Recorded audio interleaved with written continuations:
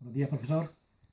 Nuevamente estamos aquí grabando el vídeo relacionado con la actividad de la inclusión de un libro del Nuevo Testamento en el canon del Nuevo Testamento.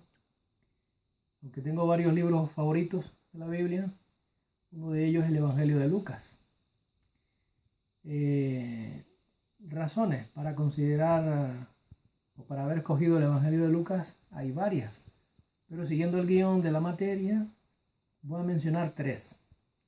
La primera es el público al cual fue dirigido el Evangelio de Lucas. Lucas, como gentil convertido, cuando escribe su Evangelio, no lo hace, por ejemplo, como Marcos o como Mateo, que estaban pensando en los judíos, sino que piensa en los gentiles, está pensando en los griegos. Por eso es un evangelio que tiene un lenguaje sencillo, sin grandes tecnicismos. Y podemos incluso llegar a afirmar que el evangelio, cuando Lucas escribe, Dios evidentemente lo hace pensando en nosotros. La segunda razón por la que he escogido el evangelio de Lucas tiene que ver con su propio autor. Lucas, que era un médico muy afamado en su tiempo, así aparece mencionado en algunas epístolas del apóstol Pablo, no solamente era médico, sino que también era historiador. Y esto está corroborado por muchos eruditos de la Biblia. Y lo podemos afirmar no solamente por el Evangelio, donde Lucas, sin haber sido apóstol, sin haber estado presente en muchos de los hechos, acontecimientos que ocurrieron en el tiempo de Jesús, sin embargo se documentó bastante bien y a partir de la documentación que obtuvo escribió no solamente el libro del Evangelio de Lucas, sino también el libro de los Hechos de los Apóstoles. Así que Lucas, en base a esta segunda razón, presenta su Evangelio de una manera ordenada, quizás bastante metodológica en relación con otros evangelios. Algunos eruditos incluso llegan a pensar que el Evangelio de Lucas es quizás el mejor evangelio escrito que tengamos. También es el más extenso. Hay una tercera razón para considerar el Evangelio de Lucas, para tenerlo en cuenta, y es el contenido.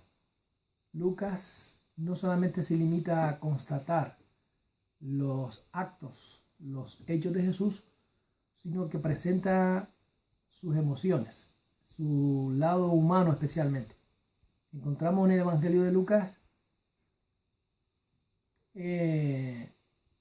quizás de los cuatro evangelios el que mejor o más reseña la relación de Jesús con los niños, con las mujeres, con los samaritanos, con los pobres.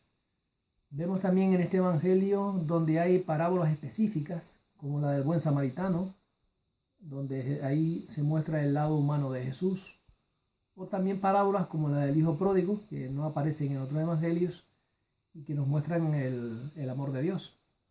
Así que esta tercera razón es muy poderosa para tener en cuenta en el Evangelio de Lucas, ya que nos da detalles que no encontramos en otros evangelios acerca no solamente de los actos realizados por Jesús, sino también de sus emociones. ¿Por qué el Evangelio de Lucas está incluido en el canon bíblico? La segunda parte del vídeo. Bueno, el primero en mencionar el Evangelio de Lucas es el hereje Marción, allá por la mitad del siglo II de nuestra era. Y es curioso porque este hereje, que formó su propio canon, dejó fuera muchos libros de las Sagradas Escrituras, no menciona a los otros evangelios, pero sí menciona el Evangelio de Lucas.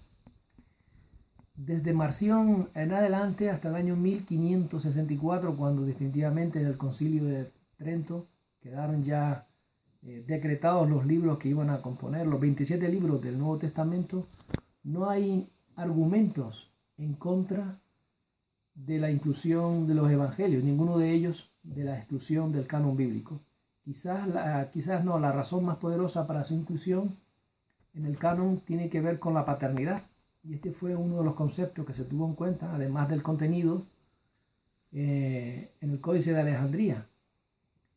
Muchos se preguntarán que por qué el Evangelio de Lucas, sin ser apóstol, fue incluido. Y es que, aunque es verdad que su paternidad no era la apostolicidad, sí que Lucas fue un colaborador de otros apóstoles. Lo podemos encontrar en algunos pasajes de la Biblia. Por ejemplo, en la carta a los Colosenses, en el capítulo 4 y versículo 14, dice así el apóstol Pablo: os saluda Lucas, el médico amado, y Demas.